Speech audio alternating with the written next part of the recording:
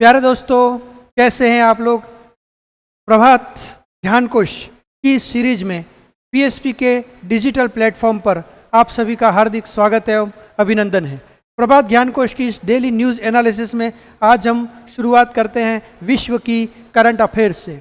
सबसे पहली जो हमारी महत्वपूर्ण खबर है वो है ग्रेट ब्रिटेन से संबंधित। और ग्रेट ब्रिटेन के अंदर जो पिछले दिनों चुनाव हुए हैं, उन चुनावों के अंदर जो है नए प्रधानमंत्री बने हैं जिनका नाम है कीर स्टारमर, और उन्होंने भारतवंशीय ऋषि सुनक को हराया है। ठीक है, उसके बाद में इन्हीं कीर स्टारमर ने जो है भारतीय मूल के एक सांसद हैं जिनका नाम है लीसा नंदी, उनको संस्कृति, मीडिया और खेल मामलों का विदेश मंत्री नियुक्त किया है ना। तो भारतीय मूल की सांसद लीसा नंदी को बनाया गया है। स्पेन और France euro cup football tournament के सेमीफाइनल में पहुंच गए हैं। तो स्पेन और फ्रांस दोनों यूरो कप फुटबॉल के सेमीफाइनल में पहुंचे हैं। और ईरान में भी चुनाव हुए जिसमें सुधारवादी नेता मसूद पेजेशकियन देश के नए राष्ट्रपति बनेंगे, है ना। तो ईरान के नए राष्ट्रपति कौन बनने जा रहे हैं? मसूद पेजेशकियन, जो कि नए राष्ट्रपति बनने जा रहे हैं। उसके बाद में भारत से संबंधित करंट अफेयर्स पे हम लोग चर्चा करेंगे। भारतीय मानक ब्यूरो BIS, ठीक है, इसने स्टेनलेस स्टील, है ना, स्टेनलेस स्टील और एल्यूमिनियम के बर्तनों के लिए ISI मार्क अनिवार्य कर दिया है। बहुत अच्छी खबर है ये। ISI मार्क अनिवार्य किसके लिए किया है? स्टेनलेस स्टील और एल्यूमिनियम के बर्तनों के लिए। किसने किया है? भारतीय मानक ब्यूरो ने। भारतीय रक्षा मंत्रालय और कांगो लोकतांत्रिक गणराज्य के बीच पहली सचिव स्तर की बैठक नई दिल्ली में हुई। उसके बाद अगली खबर है जामिया मिलिया इस्लामिया से संबंधित है। इसने रक्षा मंत्रालय के पुनर्वास निदेशालय DGR के साथ समझौता ज्ञापन पर हस्ताक्षर किए हैं। मध्य प्रदेश के मुख्यमंत्री डॉक्टर मोहन यादव ने लोक निर्माण विभाग द्वारा तैयार लोकपथ मोबाइल ऐप लॉन्च किया है, उसका शुभारंभ किया है। तो मध्य प्रदेश के मुख्यमंत्री डॉक्टर मोहन यादव ने लोक निर्माण विभाग, कौन से विभाग के द्वारा? लोक निर्माण विभाग के द्वारा तैयार लोकपथ मोबाइल ऐप को शुभारंभ किया है। भारतीय जीवन बीमा निगम ने एक बहुत ही शानदार योजना प्रारंभ की है। इस नई पहल शुरू की है बीमा के लिए, और उसका नाम क्या है? जीवन समर्थ। तो जीवन समर्थ नामक नई पहल शुरू की है। 5 जुलाई को भारत शिपिंग रजिस्टर और भारतीय प्रौद्योगिकी संस्थान बॉम्बे IIT बॉम्बे के द्वारा एक समझौता ज्ञापन पर हस्ताक्षर किए गए, जिसका उद्देश्य जहाज प्रक्षेपण एवं भविष्यवाणी उपकरण के विकास के माध्यम से समुद्री सुरक्षा को आगे बढ़ाना है। इसके बाद में अगली जो महत्वपूर्ण खबर है, 7 जुलाई को दुनिया भर में विश्व चॉकलेट दिवस मनाया जाता है। भगवान जगन्नाथ, बलभद्र, देवी सुभद्रा और भगवान सुदर्शन की विश्व प्रसिद्ध रथ यात्रा 7 जुलाई को कहाँ से शुरू हो रही है? उड़ीसा के जगन्नाथपुरी से शुरू हो रही है। भारतीय पहलवान विनेश फोगाट की बात करते हैं। इन्होंने स्पेन के ग्रां प्री में महिलाओं के 50 किलोग्राम भार वर्ग का स्वर्ण पदक जीता है। तो महिलाओं के 50 किलोग्राम भार वर्ग का स्वर्ण पदक किसने जीता है? भारतीय पहलवान विनेश फोगाट ने। मणिपुर के इम्फाल के पश्चिमी जिले में लामडेंग माखा लेकाई क्षेत्र में 75वां राज्य स्तरीय वन महोत्सव मनाया गया। तो 75वां राज्य स्तरीय वन महोत्सव कहाँ मनाया गया? मणिपुर के इम्फाल के पश्चिमी जिले में लामडेंग माखा लेकाई क्षेत्र में। ठीक है, नरेंद्र मोदी जो है 8 से 10 जुलाई को रूस और ऑस्ट्रिया की आधिकारिक यात्रा पर रहेंगे। बिहार के मेडिकल कॉलेजों में आगामी शैक्षणिक सत्र जो है उससे हिंदी माध्यम से मेडिकल की पढ़ाई बच्चे कर सकेंगे। और हाल ही में प्लास्टिक रिसाइकलिंग और स्थिरता पर वैश्विक सम्मेलन नई दिल्ली में शुरू हुआ है। हाल ही में बजाज ने दुनिया की पहली CNG बाइक लॉन्च की है। तो दुनिया की पहली CNG बाइक किसने लॉन्च की है? बजाज कंपनी ने लॉन्च की है। भारतीय एथलेटिक्स महासंघ ने घोषणा की है कि 2024 पेरिस ओलंपिक के लिए 28 सदस्यीय भारतीय ट्रैक और फील्ड दल का नेतृत्व कौन करेगा? नीरज चोपड़ा करेंगे। तो भारतीय एथलेटिक्स महासंघ की घोषणा 2024 का जो पेरिस ओलंपिक हो रहा है उसमें 28 सदस्यीय भारतीय दल का नेतृत्व नीरज चोपड़ा करेंगे। राजस्थान से संबंधित कुछ महत्वपूर्ण खबरें हैं। उसमें मुख्यमंत्री वृक्षारोपण महाअभियान, इसके तहत 8 अगस्त 2024 को, है ना, अमृत पर्यावरण महोत्सव के रूप में मनाया जाएगा। उसके बाद में केंद्र सरकार ने स्मार्ट सिटी मिशन को मार्च 2025 तक समाप्त करने का लक्ष्य रखा है, और इसमें राजस्थान के 4 शहर शामिल है। कितने शहर शामिल है? राजस्थान के 4 शहर शामिल है। रक्षा मंत्रालय ने तीनों सेनाओं के एकीकरण के लिए सामरिक केंद्र बनाने की घोषणा कहाँ पर की है? जयपुर में की है।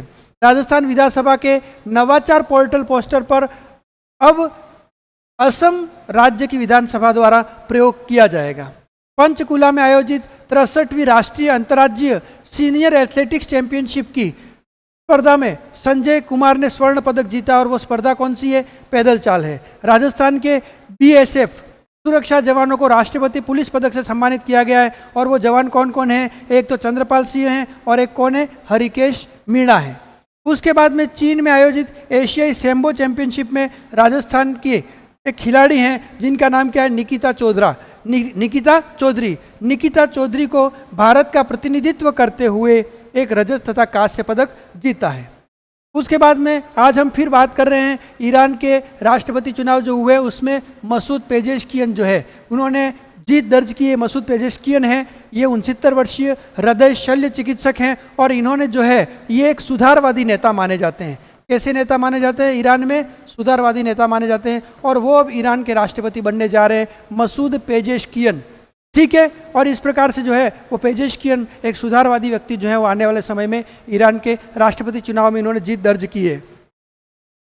अगली जो खबर है वो संबंधित है मर्सर की जीवन यापन लागत डेटा से संबंधित है और मर्सर की जीवन यापन लागत डेटा रिपोर्ट के अनुसार हांगकांग दुनिया में सबसे महंगा शहर है। सबसे महंगा शहर कौन सा है? हांगकांग है। ठीक है, तो ये एक महत्वपूर्ण है। और उसके बाद में अगर अपन लोग भारत की बात करें तो भारत का जो सबसे महंगा शहर है वो कौन सा है? मुंबई है। ठीक है, तो मुंबई ये भारत का सबसे महंगा शहर है। अब फिर हम लोग जब आगे बात करते हैं तो भारतीय वायुसेना ने पहले स्वदेशी एंटी रेडिएशन मिसाइल रुद्रम-1 का सफल परीक्षण किया है। तो भारतीय वायुसेना यानी इंडियन एयरफोर्स ने रक्षा अनुसंधान एवं विकास संगठन DRDO द्वारा विकसित अपनी पहली स्वदेशी एंटी रेडिएशन मिसाइल जिसका नाम क्या है? रुद्रम-1। पहली स्वदेशी एंटी रेडिएशन मिसाइल का नाम क्या है? रुद्रम-1। इसका सफलतापूर्वक परीक्षण कर लिया गया है। फिर हम लोग बात करते हैं अगली खबर की तरफ। अगली खबर जो है वो डूरंड कप 2024 से संबंधित है। 133वां डूरंड कप आयोजित किया जा रहा है। ठीक है, और ये कब शुरू होगा? ये शुरू होगा आपके 27 जुलाई से। और 27 जुलाई से ये कहाँ कहाँ पर आयोजित किया जा रहा है? कोलकाता, कोकराझार, जमशेदपुर और शिलांग में आयोजित किया जा रहा है। ठीक है, तो एशिया और भारत का सबसे पुराना जो क्लब है डूरंड क्लब, और इस डूरंड क्लब के द्वारा जो है वो डूरंड कप का आयोजन 2024 में किया जा रहा है जो कि 133वां डूरंड कप होगा। और ये कहाँ कहाँ आयोजित किया जाएगा? कोलकाता, कोकराझार, जमशेदपुर और शिलांग में आयोजित किया जा रहा है। इसके बाद में यहाँ आप लोग जो देख रहे हो इनका नाम क्या है? स्वप्ना कलिंगल। क्या नाम है? स्वप्ना कलिंगल। और स्वप्ना कलिंगल ने त्रिशूर के अंदर कलिंगल प्लांटेशन की स्थापना की। ठीक है, और इसी कलिंगल प्लांटेशन की स्वप्ना कलिंगल को ICAR भारतीय मसाला अनुसंधान संस्थान द्वारा स्थापित स्पाइस अवार्ड 2024 प्रदान किया जा रहा है। तो कृषि उद्यमी स्वप्ना कलिंगम को स्पाइस अवार्ड 2024 मिला है। ठीक है, तो भारतीय मसाला अनुसंधान संस्थान द्वारा स्थापित एक अवार्ड है स्पाइस अवार्ड 2024। वो किसको प्रदान किया जा रहा है? वो प्रदान किया जा रहा है स्वप्ना कलिंगल को। अगली जो हमारी खबर है वो बाल श्रम मुक्त अभियान से संबंधित है। ठीक है, और ये खबर आ रही है हमारे झारखंड से। तो राष्ट्रीय बाल अधिकार संरक्षण आयोग के द्वारा झारखंड के कोडरमा में एक कार्यक्रम में झारखंड की अभ्रक खदानों को बाल श्रम मुक्त घोषित किया गया है ना। तो झारखंड की अंदर जो अभ्रक की खदानें हैं उस अभ्रक की खदानों में बहुत अधिक मात्रा में बच्चे जो है वो काम करते थे, लेकिन उनको वहाँ से मुक्त किया गया है। तो बाल श्रम मुक्त घोषित किया गया है झारखंड की अभ्रक खदानों को। ठीक है, ये एक महत्वपूर्ण खबर है क्योंकि भारत के अंदर जो है 14 वर्ष तक की आयु के काम करने वाले जो भी बच्चे हैं उनको बाल श्रमिक कहा जाता है। तो 14 वर्ष से कम आयु के बच्चे जो हैं वो वहाँ पर काम नहीं करेंगे। तो बाल श्रम मुक्त घोषित किया है अभ्रक की खदानों को। ठीक है, ये एक महत्वपूर्ण खबर है। उसके बाद में हम लोग आगे बढ़ेंगे तो अगली महत्वपूर्ण खबर, पिछले दिनों उत्तर प्रदेश के अंदर एक बहुत बड़ी घटना हुई और इस घटना में 121 लोगों की मौत हो गई। और वो घटना कहाँ हुई थी? उत्तर प्रदेश के हाथरस में। और हाथरस में एक जो अपन लोग देखते हैं तो यहाँ की ये बहुत बड़ी घटना है और इस घटना में 121 से ज़्यादा लोग जो है वो उनकी डेथ हो गई, उनकी मौत हो गई। तो उसके बाद में इसकी जांच करने के लिए 3 सदस्यीय न्यायिक आयोग का गठन किया है और इसका नेतृत्व इलाहाबाद उच्च न्यायालय के सेवानिवृत्त न्यायाधीश न्यायमूर्ति ब्रजेश कुमार श्रीवास्तव कर रहे हैं, है ना। तो ये आयोग जो गठित किया गया है, इस आयोग के अंदर जो है इलाहाबाद उच्च न्यायालय के सेवानिवृत्त न्यायाधीश है और उनका नाम क्या है? ब्रजेश कुमार श्रीवास्तव। और 2 अन्य सदस्य हैं इसके, एक का नाम है हेमंत राव और दूसरे का क्या नाम है? भावेश कुमार। ठीक है। तो हेमंत राव, भावेश कुमार सिंह और इसके जो प्रमुख हैं, इसका नेतृत्व इस 3 सदस्यीय न्यायिक आयोग का कर रहे हैं वो कौन है? ब्रजेश कुमार श्रीवास्तव कर रहे हैं, है ना। तो उत्तर प्रदेश की राज्यपाल आनंदीबेन पटेल ने इस आशय की अधिसूचना जारी की है। मैप ऑफ द डे में आप लोगों को दिख रहा है ये जो प्लेस है, यहाँ पे ये भारत का पूर्वोत्तर का भाग है और उस पूर्वोत्तर के भाग से ये जो नदी गुजर रही है, इस नदी को हम लोग क्या कहते हैं?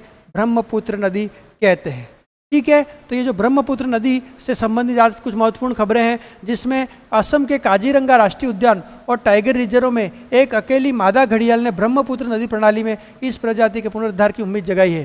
ब्रह्मपुत्र नदी बेसिन का उद्गम सियांग या दिहांग के नाम से होता है। इस नदी बेसिन का जो उद्गम है वो किस नाम से होता है? सियांग अथवा दिहांग के नाम से इसका उद्गम होता है, ठीक है। और ये मानसरोवर के पास में कैलाश पर्वतमाला के पास से ग्लेशियर है और उस ग्लेशियर का नाम क्या है? चोमो युंगडुंग ग्लेशियर। कौन सा ग्लेशियर है? चोमो युंगडुंग ग्लेशियर। वहाँ से होकर के ये नदी निकलती है और उसके बाद में जो है वो यह नदी तिब्बत, भारत, भूटान, बांग्लादेश के कुछ हिस्सों में फैले हुए लगभग 58 यूँ कह सकते हो आप लोग 5,80,000 वर्ग किलोमीटर क्षेत्र को कवर करता है। तो ब्रह्मपुत्र और उसकी जो सहायक नदियां हैं उनको अगर अपन लोग देखें तो इसकी प्रमुख सहायक नदियां सुबनसिरी है, कामेंग है, मानस है, धनसिरी है, ये कुछ प्रमुख नदियां हैं। और बांग्लादेश में तीस्ता नदी शामिल है जो कि ब्रह्मपुत्र नदी तट से संबंधित है। और ब्रह्मपुत्र नदी जो है वो या नमचा बरवा से होकर के भारत में प्रवेश करती है और इस नदी के ऊपर जो है वो विश्व का सबसे बड़ा नदी द्वीप है जिसको अपन लोग कहते हैं माजुली नदी द्वीप, जो कि कहाँ पर है? आसाम में है। इस प्रकार विश्व में सर्वाधिक नदी द्वीप बनाने वाली नदी और सबसे बड़ा नदी द्वीप बनाने वाली नदी कौन सी है? ब्रह्मपुत्र है। उसके ऊपर जो द्वीप है उसका नाम क्या है? माजुली द्वीप है और वो कहाँ पर है? आसाम में है। उसके बाद अपन लोग बात करते हैं person of the day. Person of the day में आज आपको जो यहाँ चित्र दिख रहा है ये है झांसी वाली रानी लक्ष्मीबाई। इनका जो जन्म 19 नवंबर 1828 को उत्तर प्रदेश के वाराणसी में हुआ और लक्ष्मीबाई का बचपन का नाम क्या था? मणिकर्णिका था। क्या नाम था उनके बचपन का? मणिकर्णिका था। और उनको जो है वो क्या कहा जाता था? उनको मनु नाम से संबोधित किया जाता था, ठीक है। तो रानी लक्ष्मीबाई भारत के स्वतंत्रता संग्राम की वीर योद्धाओं में से एक है तथा 1858 के प्रथम स्वतंत्रता संग्राम जो हुआ 1857 का, इस स्वतंत्रता संग्राम में रानी लक्ष्मीबाई ने अपनी प्रमुख भूमिका निभाई थी तथा इन्होंने जो है वो अंग्रेज़ों के खिलाफ युद्ध छेड़ा था और अंग्रेज़ों को जो है वो इन्होंने बहुत ही बड़ी मात्रा में अंग्रेज़ों के खिलाफ युद्ध करके और फिर उनको नाको चने चबवा दिए थे। उस समय लॉर्ड डलहौजी ने एक विलय नीति अपनाई थी और उस विलय नीति के तहत जो है वो रानी लक्ष्मीबाई के राज्य को अंग्रेज़ों ने जो है वो हड़पने की कोशिश की और इसके खिलाफ फिर 1857 की जो प्रथम भारत की स्वतंत्रता संघर्ष था उसमें रानी लक्ष्मीबाई ने अपनी प्रमुख भूमिका निभाई थी। तो इस प्रकार से आज जो है वो हमने राजस्थान, भारत और विश्व के करंट अफेयर्स को आपसे साझा किया है। आप सभी को बहुत बहुत धन्यवाद, आभार, शुक्रिया।